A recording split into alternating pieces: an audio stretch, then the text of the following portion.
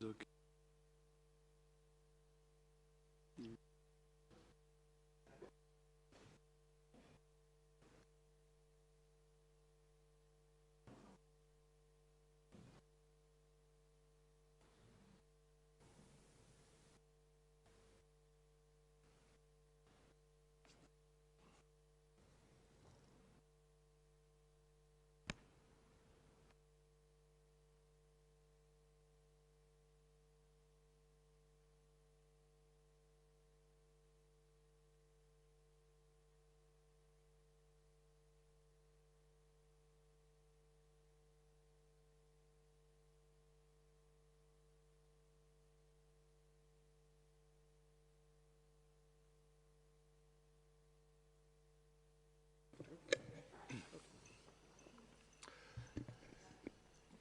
Hello to everyone from Geneva WHO headquarters. My name is Tariq and I welcome you to this regular COVID-19 press briefing.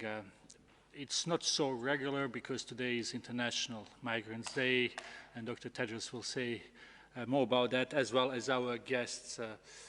Before I give the floor to Dr. Tedros, just to remind journalists that this press briefing has simultaneous translation into 6 UN languages, plus Portuguese, plus Hindi.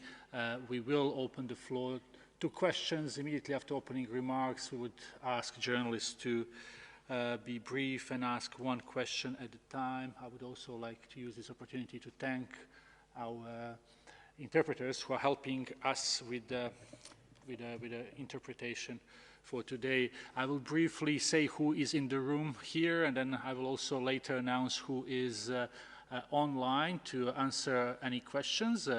In the room we have Dr. Tedros, WHO Director General. We have also our special guest that Dr. Tedros will introduce a little bit more in detail, but it is Mr. Antonio Vitorino, Director General of the International Organization for Migrations. We have Dr. Mike Ryan, who is our head of the emergency program. We have Dr. Maria Van Kerkhove, technical lead for COVID-19.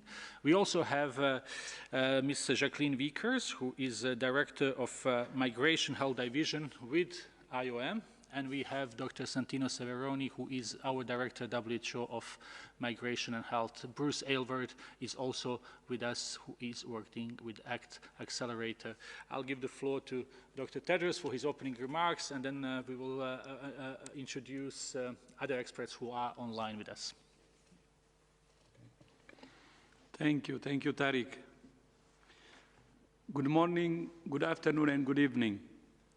On Monday, I ended our press conference by sending my best wishes to UNHCR, the UN Refugee Agency, for its 70th birthday.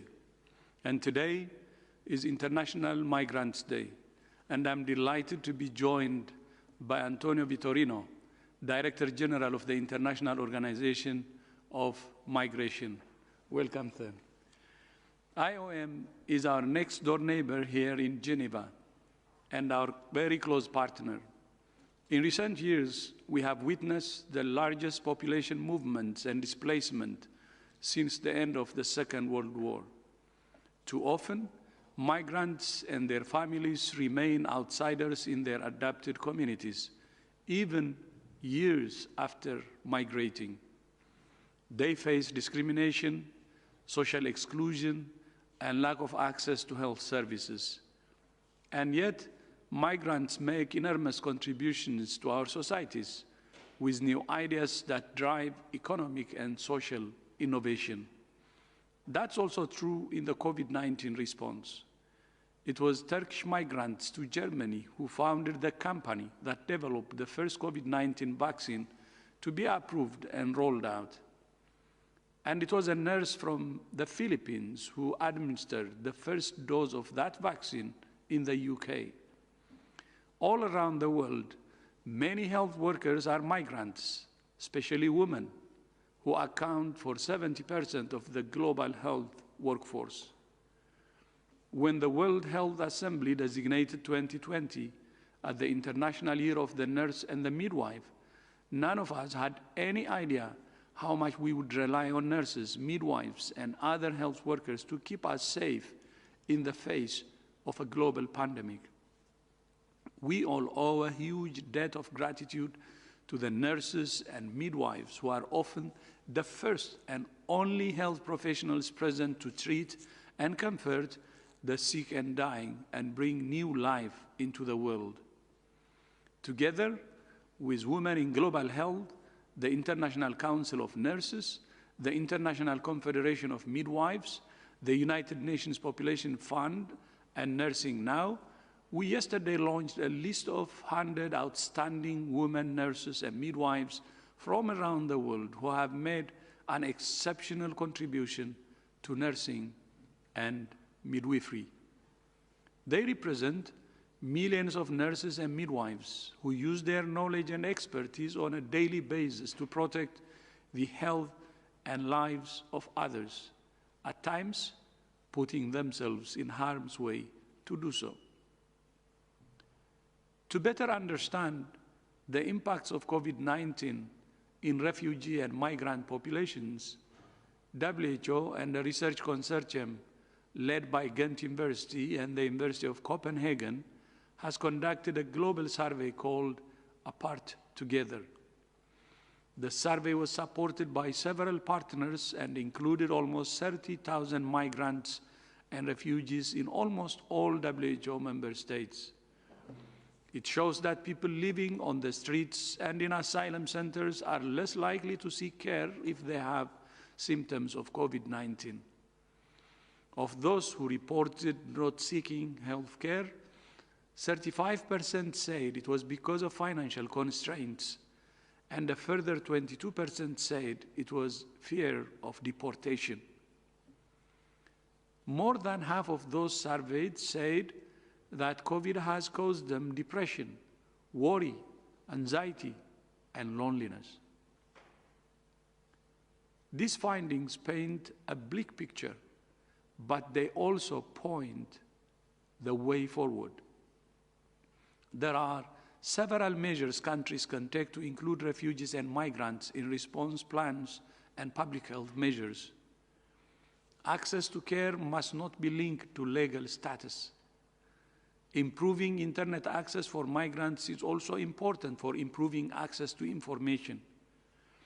And most crucially, we call on all countries to remove financial and other barriers to care for migrants as part of their journey towards universal health coverage. Health for all means all, including migrants. That means increasing investments in health, especially in primary health care, to create health systems that are sensitive to migrants' needs, their language, and their health problems. These include reproductive and child health, mental health, trauma from injuries, violence, sexual abuse, and assault. Investing in the health of migrants is not just the right thing to do. It also has long-term benefits for social cohesion and economic development. Exclusion is costly in the long run, but inclusion pays off for everyone. It's also vital that migrants and refugees are included in plans for the rollout of vaccines against COVID-19. As you know, the ACT Accelerator, which includes the COVAX facility, was established to ensure access to vaccines for the world's poorest and most vulnerable people, many of whom are migrants. Earlier today, WHO and our COVAX partners, Gavi, CEPI, and UNICEF, announced that we have secured agreements to access 2 billion doses of several promising vaccine candidates. I would like to thank Canada and Prime Minister Trudeau for committing to share surplus doses of COVID-19 vaccines. These unprecedented agreements mean that all 190 countries and economies participating in COVAX will be able to access vaccines to protect vulnerable groups in their populations during the first half of next year. This week, I have spoken with CEOs of pharmaceutical companies and met with European Commission President Ursula and President Charlie Michel in Brussels to ensure that we start vaccination as soon as possible in the new year. WHO and our COVAX partners are working non-stop to start vaccination as soon as possible in the new year. And WHO remains committed to working closely with IOM and many other partners to support countries in improving the health of migrants during the pandemic and after it's over. It's now my great pleasure to introduce Antonio Vitorino, Director General of the International Organization of Migration, to say a few words. Antonio? Fratello, mio fratello, you have the floor. Thank you so much, Tedros. It's a great pleasure for me to be here today with you, not just as a neighbor, but as a close partner in International Migration Day. Because of all the reasons that you have just mentioned, it is indeed critical that we join forces to ensure that the most vulnerable, including, as you have said, migrants, refugees, asylum seekers, internally displaced persons, and in general people on the move, are not left out of our global efforts to fight back against COVID-19. I must say that contrary to the political rhetoric, most of these forcible displaced persons live in low and middle income countries, which tend to have weaker health systems and struggle to meet the health needs of their own population. Access to health, it's a human right. It's a human right of migrants too. But the list of barriers and difficulties that migrants face in accessing health care is far too long.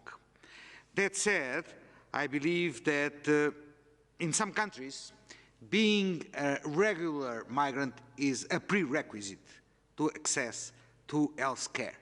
But this leaves quite a large number of irregular migrants, stranded migrants, migrants that cannot return back home, and we estimate that we have 3 million stranded migrants all over the world, and leaves also migrants in detention uncovered. Too often, health information is not given in a language that is understood by migrants. And last but not least, as you have mentioned, migrants are particularly prone to anxiety, to insecurity, to mental health and psychosocial problems, and especially women and girls who are particularly vulnerable. And to be honest, what I have found particularly intolerable in this current crisis is that while being so often left behind, migrants have also been on the front line of the response to the pandemic, taking personal risks for everyone's well-being, and these across many critical sectors, not just the healthcare sector, but also transport, food, retail, research, hygiene, and home care, you name it. So I'm happy to be able to tell you that many countries have understood the importance of universal health coverage. Already before the pandemic, about 43% of all countries offered health coverage to all migrants, no matter their legal status. And in this year of public health emergency, several host countries have temporarily introduced new policies or relaxed requirements to grant access of migrants to health care. But this is not enough. One of the crucial issues is that migrants sometimes are suspicious to look for health care because they are afraid that contacting health services, they might be detained or even deported. Building a mutual trust relationship between public health services and migrants will be crucial, especially now, as we are going to have a true test case. As we collectively gear up for one of the world's largest vaccination campaigns, I believe that we must be vigilant and ensure that access to the vaccine is fair and equitable. I praise the efforts of WHO in the COVAX environment and the WHO partners, Gavi and the Vaccine Alliance on this front. And therefore, I want to take this opportunity to call on governments to count and include all migrants present in their territory, no matter their legal status, in their national vaccination plans. And let me be very clear. As governments prioritize health workers on the front lines, they need to make sure that migrant frontline health workers are also vaccinated. And as governments prioritize people above a certain age, then all migrants about that same age should be prioritized in the same way. It's not a question of creating any preference or privilege to migrants. It's to guaranteeing access to the vaccination on equal foot as the nationals. It remains vital that migrants in vulnerable situations have access to immunization and essential primary health care services, including mental health, in humanitarian settings as much as in urban slums or border communities. From our side, Tedros, you can count on IOM engagement and support for the efforts to guarantee a successful vaccination process that we finally defeat the virus. Thank you. Thank you, thank you so much, Antonio. So, Tariq, back to you. Thank you very much, Mr. Vitorino and Dr. Tedros, for these opening remarks on this very important day. Before I start calling on journalists for questions, just to let you know that we have online also Dr. Soumya Swaminathan, who is the WHO Chief Scientist. We also have Kate O'Brien, Director for Immunization, and we have Mariangela Shimao, who is Assistant Director General for Access to health products and medicines. With that, I will start with the Philippines, Philippines Daily, and we have Jovik Yi online with us, and I think it's the first time we have Jovik with us. Jovik, please unmute yourself. Can you hear me? Yes, please. Hi. I just would like to ask about the public's preference over some candidate vaccines. Pfizer, Moderna, and AstraZeneca earlier released the efficacy data on their vaccines, which naturally excited everyone. But of course, these firms can't be expected to supply the entire world with their vaccine. So my question is, what can WHO say to those people who might be questioning or have doubts with their government's decision to acquire or enter into deals with manufacturers that have yet to release their data or are still completing their phase 3 trials? Thank you. Thank you, Jovik. The line was not really the best. If we were able to hear, it's about candidate vaccines and data in particular about AstraZeneca vaccine. So if Dr. Swaminathan is online, maybe Dr. Swaminathan can try to answer this if Dr. Swaminathan, you heard the question correctly.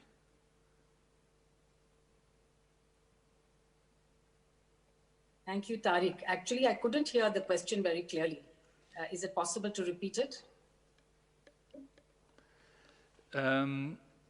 I think the question was about the data that we are getting from different manufacturers, and I think there was a question about AstraZeneca vaccine in particular. And Jovik, if I'm wrong, please correct me because we were not able to hear correctly. Okay, Hello. so maybe I can try. Can you hear me now? Yes, please try again. My question is about, I would like to ask about public's preference over some candidate vaccines, because Pfizer, Moderna, and AstraZeneca had already released their efficacy data. But of course, these firms can't be expected to supply the entire world with the vaccine. So my question is, what can WHO say to those people who might be questioning their government's decision to acquire or enter into deals with manufacturers that have yet to release their data or are still completing their phase 3 trials? Thank you. Okay, I think that was clearer. So I can start, and Mary Angela or Kate might want to come in, or Mike. So the first thing I would like to say is that the WHO really wants to support as many vaccine candidates as possible to go through clinical trials. Because as you just pointed out, there are a number of different properties or characteristics of a vaccine that may make it more suitable or less suitable for different settings. Ideally, one would like to see a vaccine that's a single dose that can be stored at room temperature, that gives long-lasting protection, that's safe, effective, and is also, manufactured easily and can be scaled and is affordable. So that would be a really ideal vaccine. And there are so many candidates in development, including, innovative products like a combined influenza and SARS-CoV-2 vaccine. There's a measles platform. There's an intranasal vaccine, a couple of them that are coming along. So we would like to support the research and development, and we'd like to support companies and countries and encourage them to continue with clinical trials. So I think that's the first message. The second is about the question of when is a vaccine good enough to be used? And again, there are very clear criteria that we've laid down, that regulatory agencies like the FDA and the EMA have laid down. And these criteria have benchmarks for both efficacy as well as safety, as well as things like the quality of manufacturing, which needs to be checked before WHO or any of the regulatory agencies would endorse a vaccine, either through an emergency use listing or ultimately through a full licensure or a pre-qualification, as the case may be. So I think the criteria are clear. Now it's up to regulatory agencies and countries to make the decisions. And they make decisions based on benefits and risks. Because in a situation when you're in a pandemic, there's obviously an urgency and a need to get vaccines out to people. And therefore one has to weigh the benefits and the risks at a particular time. WHO will examine all the dossiers that are submitted to WHO. Mary Angela's division is accepting these on a rolling submission basis so that we are up to speed, we can move quickly, and we would provide either emergency use authorization or pre-qualification, as the case may be, based on the data that we are able to examine. Thank you, and maybe somebody else would like to add. Thank you, Dr. Saminathan. I understand Dr. O'Brien would like to add something. Dr. O'Brien? Yeah, just very briefly. Countries, because of the supply situation, most countries are likely going to have to use more than one product. And so we do need multiple products in the marketplace. They do need to meet efficacy and safety and manufacturing standards. But most countries are going to have to be juggling more than one product, and getting that supply security is really important. So I think those are just elements from a delivery perspective that we also have to keep in mind. Thank you. Over. Eric. Thank you, Kate. I understand also Dr. Aylward and Dr. Mike Crown would like to add something. Dr. Aylward, Senior Advisor to Director General.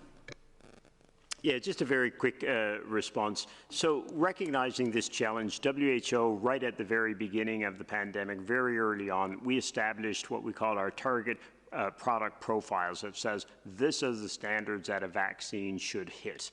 And these were published broadly. It's what all the vaccine manufacturers have been working toward. And as countries are assessing vaccines, they're looking at, do they hit these standards? And then we have also put in place, of course, to the specific question about what WHO is doing, we have a whole pre-qualification emergency use listing process that looks in detail at all of the data that companies generate as part of these trials to ensure that they meet the necessary standards. These standards, as well as the criteria, are published on our websites where, again, the general public can look and say, what are the kind of standards? How do we assure that these are hitting these standards? What is the process to get there? All of that is laid out very clearly, very transparently. And this aligns very, very closely as well with what we call the stringent regulatory authorities around the world are also using as they assess the vaccines also. So when you ask about the general public should have great confidence in products that have been looked at by stringent regulatory authorities and the WHO process, because it goes through all of those measures systematically. The efficacy, the safety, the quality of the product, but also the programmatic suitability to make sure that this is something that is going to suit the circumstances in which these are going to be used. Yeah. Bingo, Bruce says something very similar. Countries, and I think it's important that when citizens are looking to governments now and saying, well, we're not getting the vaccine, and there's vaccine in some countries, and governments have made choices. I mean, they've been looking at price and the profile of the product, the production capacity of the product, and their access to it because of that. And I think it's an important moment for us all. There are going to be many vaccines coming on stream at different times. Some will have different advantages over the others. Some could be used at higher temperatures, Bruce, and some will be produced in higher volumes. Countries will be more used to working with a single product over a long period of time. So where you may lose in a certain part of the early part, you may gain in speed and you may gain in effectiveness later. So I don't think we should be seeing this as a game of winners and losers right now. We're at the beginning. And yes, the products that are coming through now are in low volume. They're very expensive products and they're low volume. They've come through first, but other products will come through, we hope, early next year. So I think this idea of talking about good or bad vaccines or better or worse approaches, and we start to hold and judge governments against one another. I think governments, COVAX partners have been negotiating in good faith with manufacturers to make the best deals they can against what Bruce has laid out very clearly, against things like the profile of the product, the production capacities, the state of data available about the product and its likely performance, and ultimately about the price of that product. These are complex decisions, and I think it could be very destructive for us all to turn this into some kind of nationalistic foot race to who does what. We all have to get there together. We simply have to finish this race in a line together. And someone getting there first doesn't necessarily help everybody else. So I think we're all going to have to just be a little bit patient and a little bit tolerant that things are going to move at slightly different paces in different situations, and we don't politicize this. And again, we've seen this again and again in this pandemic. Issues that should be about collective responsibility and moving forward together turned into comparisons and turned into he did good, she did bad, she did, and this is not the way, quite frankly, that we need to move forward right now. We need to move forward in solidarity to find these solutions. Science has delivered. Now we need solidarity to deliver the ultimate solution, which is to stop this virus transmitting and killing the people we love. Science, Solidarity and Solutions. Next question, Bayram from Anadolu News Agency. Bayram. Thank you, Tariq, for taking my question. My question for Mr. Antonio Vitorino, but Mr. Tedros can also add something on it. According to UN official figures, Turkey continues to host the largest number of refugees worldwide.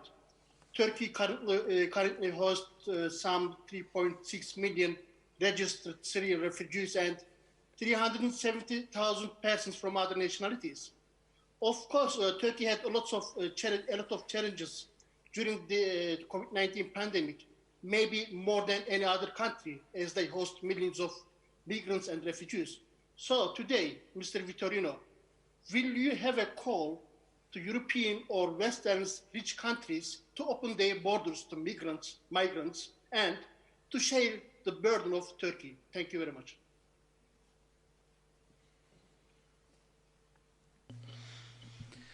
The answer is very easy. Absolutely. We think that there is a shared responsibility of the international community to support countries that have the responsibility of hosting large number of refugees, asylum seekers and migrants. The good news I have for you is that fortunately in most of the refugee and migrant camps all over the world, the virus has been contained.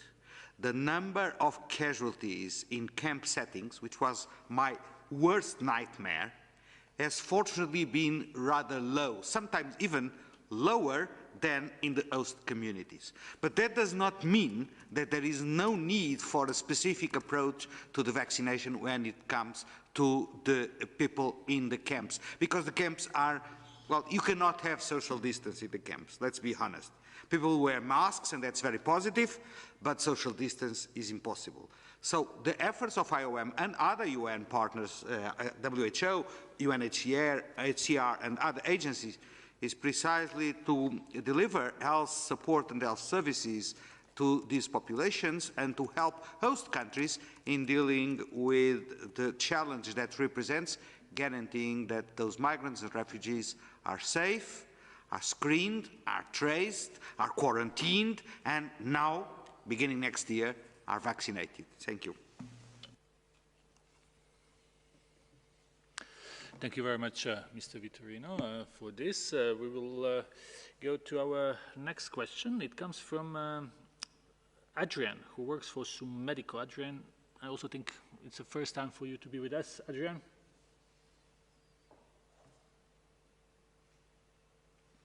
Can you please unmute yourself, Adrian? Buenos días. Le saluda de su médico.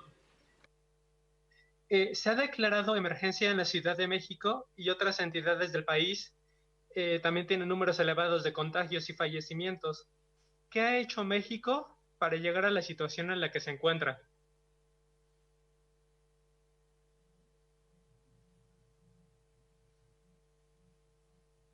Can you hear me? Yes, Adrian, I think we were able to hear your questions about Mexico and the latest situation in Mexico. Hi, Maria may add, I don't have the direct Mexico numbers with me today, but we have spoken about Mexico in the last number of days, and Brazil and other countries in Central and South America, and we have seen worrying increases. In fact, Mexico, like other countries in North America, never really exited its first surge or first wave. It managed to get some degree of control, and the disease has surged again in many places. And we've seen that same phenomenon happen in other countries like Brazil as well, the United States. Over 3/4 of the cases, we're seeing globally now are occurring in the Americas. It's a very, very high an intense period there, and it really does come back to being able to implement all of the measures that are needed, having strong coordination and governance, having a do-it-all approach in terms of both public health and social measures, advice to people on wearing masks and personal hygiene, and having a very strong focus on surveillance and testing, and having a health system that can cope with the cases when they do occur. It's been tough for all countries, but where countries have not been able to implement a comprehensive strategy and sustain that over time, and gain the buy-in and support of their population and provide that support back to their population, it's been tough for many countries to get through their first and second surges or waves of this disease. We've predicted, we've said that here too. Vaccine is on the way. It is a source of great hope, and we should celebrate that vaccines are coming. But the next 3 to 6 months are going to be tough.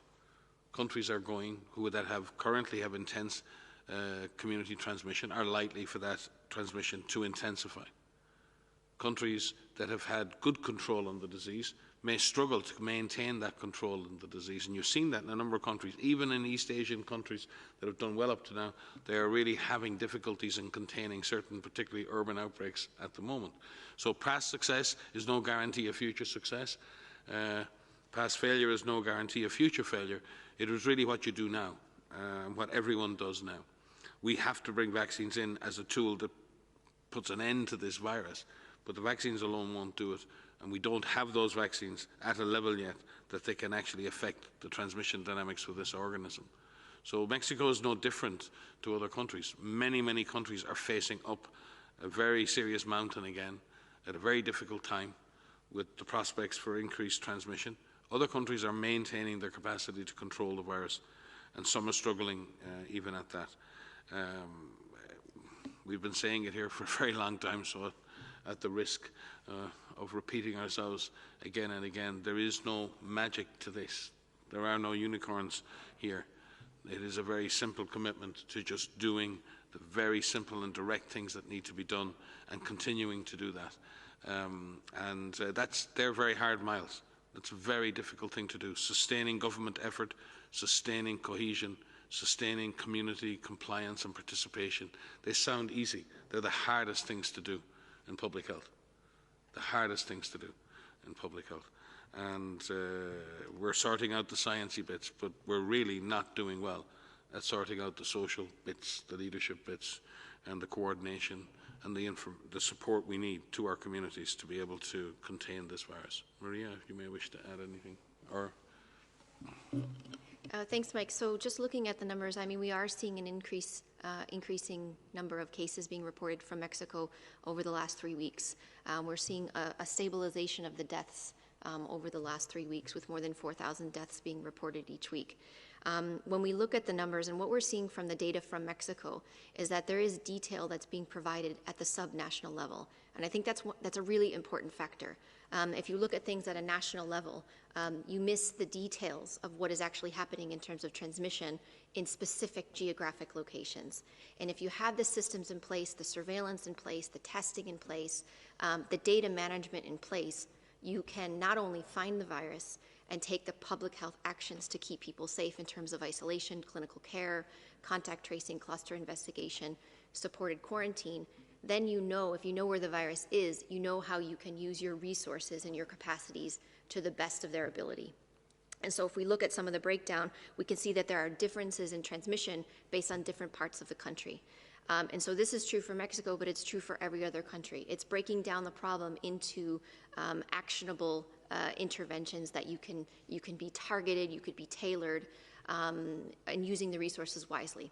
So it's not just about the comprehensive approach, it's about using that in the most appropriate way based on the situation that you have at hand. And we are seeing that. But unfortunately, we are seeing an increase in cases across Mexico, but you have the tools in hand right now that can turn it around. And I think that's what's really critical right now. Again, as Mike has said, and as the team keeps saying, we have vaccines and, more importantly, vaccination that is starting to come online, but it will take some time to reach everyone.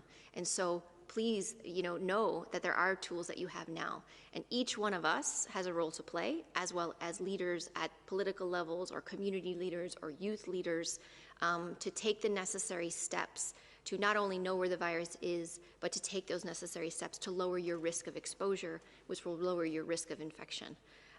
So stay the course, use the measures that you have at hand in the most appropriate way you can, and you will get through it.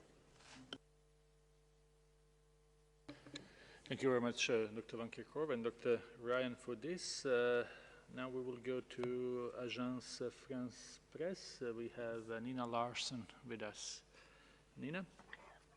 Yes, hi. Thank you for taking my question.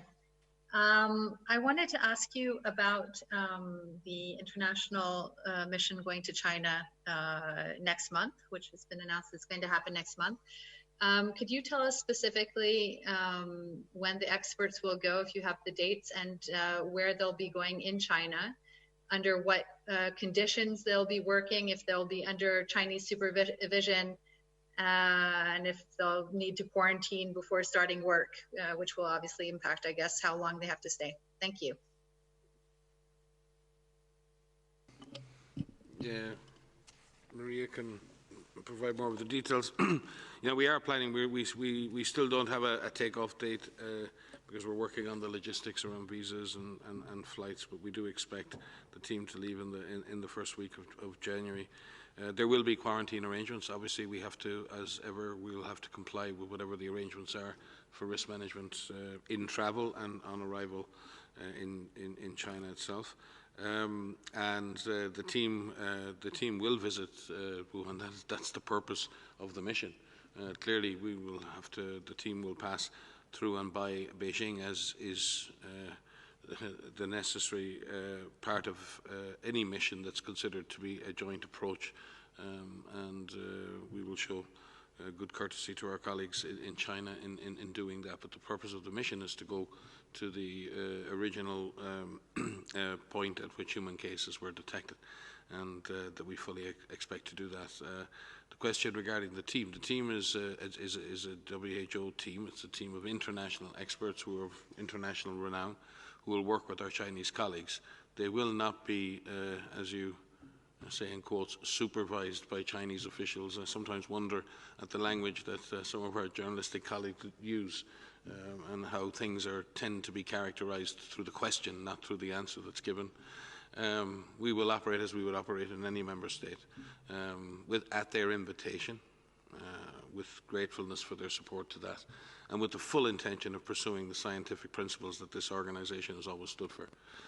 And we will continue to do that and provide all the support necessary for the international team that we have brought together in order to find and learn more about the origin and source of this virus. Many thanks, Dr. Ryan. So next question is from Radio France Internationale, Jérémy Lange. Jérémy? Jérémy, if you hear us, please unmute yourself. We don't have Jérémy now online, so let's go to Simon Ateba. Simon? Yes, thank you for taking my question. This is Simon Ateba from Today News Africa in Washington, D.C. My question is about seriousness in Africa, and it goes to Dr. Tedros. Do you think the African continent continues to take COVID-19 seriously? And I know that Africa is not one country, 55 countries, 1.3 billion people, 2,000 languages. But it seems to me that the social distancing, use of masks and the rest is no more the way it was months ago. Thank you.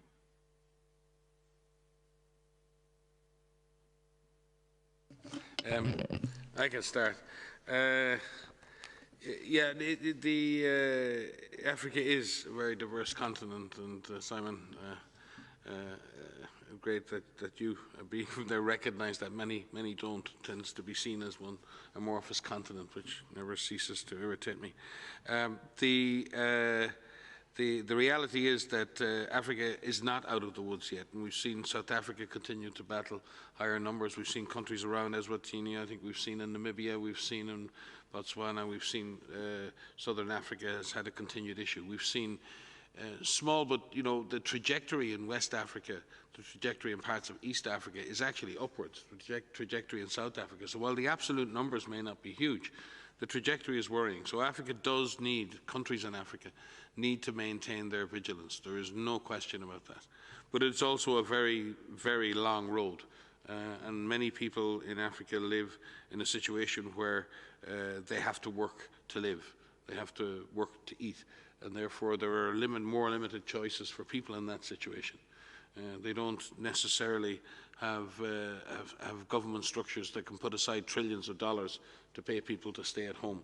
And therefore people don't have the same choices. I have seen a pretty high compliance with mask wearing and other stuff in Africa. We've seen some excellent examples of surveillance and investigation. Our colleagues in South Africa have been tracking the evolution of this virus and genetic variations and state-of-the-art work. And I keep saying that surveillance in Africa is probably, in terms of the ability to do contact tracing, some of the work done in Nigeria by Nigeria CDC is global, state-of-the-art. work in Rwanda and other places. So Africa is actually showing the way in community engagement, showing the way in community-based approaches. It's showing the way in keeping this disease, as you said, in terms of migrants and in terms of refugee camps and other places, and remembering that the vast majority of migrants and refugees in the world are being hosted in countries who don't necessarily have resources that others do. And there are millions and millions of refugees and migrants hosted in Africa and on the African continent, and without the terrible complaints we hear from others about hosting hundreds or thousands. So from my perspective, yes, Africa is not out of the woods, but Africa is also leading on the leading edge of much of this response and showing the way for how you can deal with one of many emergencies at a single time. I think at one point last month, I think Sudan was dealing with 10 different epidemic emergencies at the same time. Imagine if that was the case in other countries, and doing it with a high level of quality. So there are, like there are in every country, there are things that we'd like to see more of, and very clearly Africa is not out of the woods, and there's every chance that things can get worse on the African continent. And therefore it's really important that we also make sure that vaccines and other interventions, new diagnostics and new therapeutics are shared equitably across the world based on risk and on vulnerability. DG, you may wish to add. No, thank you. I think the seriousness of Africa was clear from the start, Simon. Many countries, majority of them, started their actions as early as possible, their social measures and so on. You remember when many countries, when they didn't have even any cases, they were taking serious measures. I think that prevented from serious problems happening in many countries in the continent. And you can see actually the situation not only from the specific country preparedness, early preparedness, but the continental action they were taking. I remember having a meeting with the ministers of health in February, March, preparing the continental strategy. And the political leaders, the AU Commission, Moussa Faki, and the current president of the African Union, the chair of the African Union, heads of state, also, President Ramaphosa, coordinating the overall response. So not only the immediate action or early action by individual countries, but the continental strategy and the coordination of the leaders to implement the continental strategy. I think that really helped.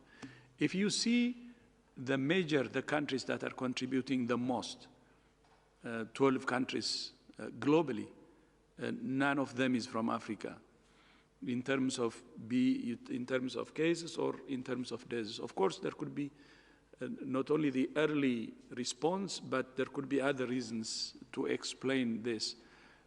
But we believe that Africa had really done its best. And the seriousness you said is there, and we hope that will continue.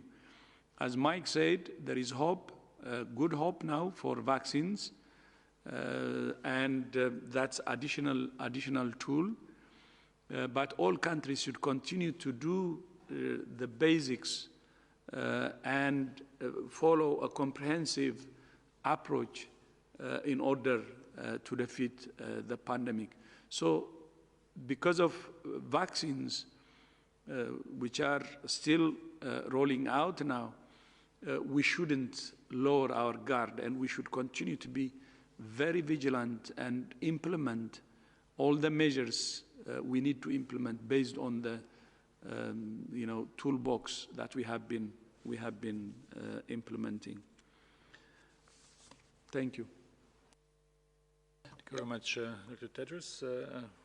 We received a question. You mentioned South Africa received a question about news from South African scientists on the new variant of the virus. So maybe Dr. Van Kerkhove can comment on that, please.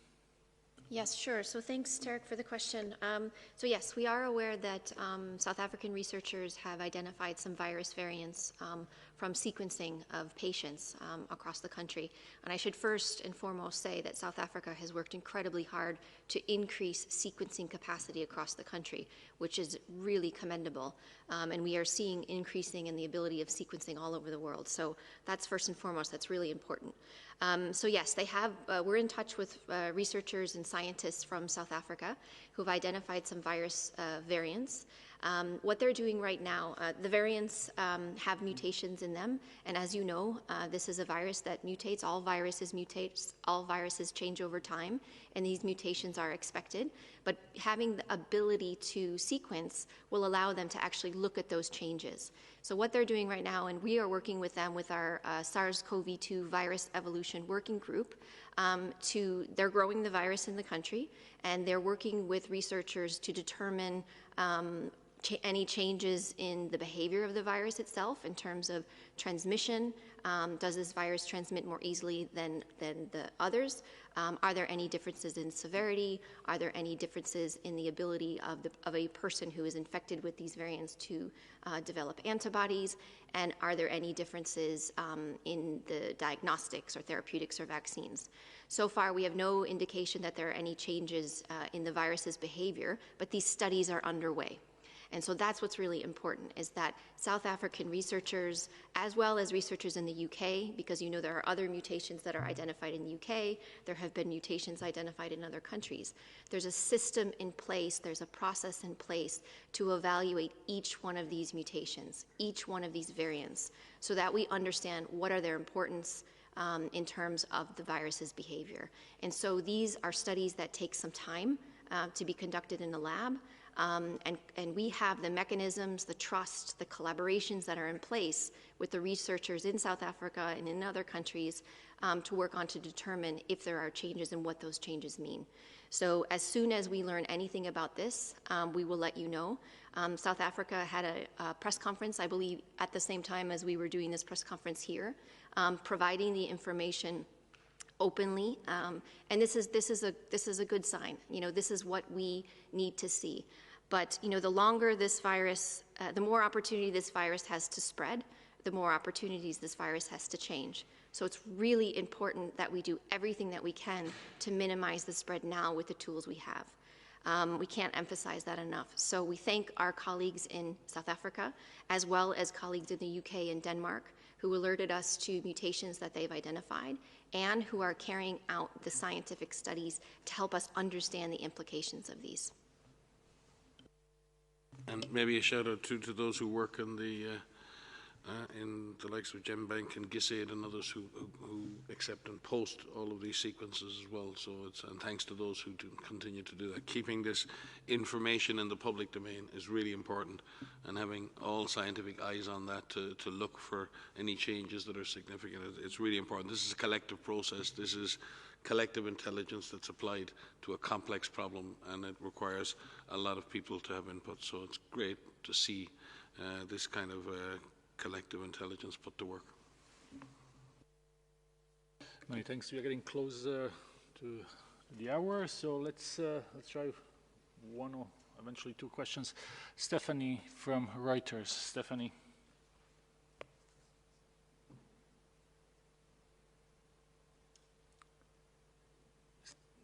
Stephanie, you will need to unmute yourself. Sorry, I had my hand up to ask about the same issue about the South African variant, which Maria has already addressed. So unless she has something more to say about it, I think we're good. Thank you. Okay, well, that's very good that we managed to answer your question in advance. And with this, we will conclude today's press briefing. Big thanks to our guests, Mr. Antonio Vittorino, Director General of the IOM, and Jacqueline Vickers from Migration Health Division of IOM, and to our WHO guests. Last word, as always, goes to Dr. Tedros. Thank you. You have said what I wanted to say, to appreciate my fratello, DG Vittorino, and also Director Jacqueline for joining us today, and look forward to working even more closely. And thank you for your partnership and friendship. Grazie mille. And thank you also to all who have joined us today, and bon weekend. See you next week.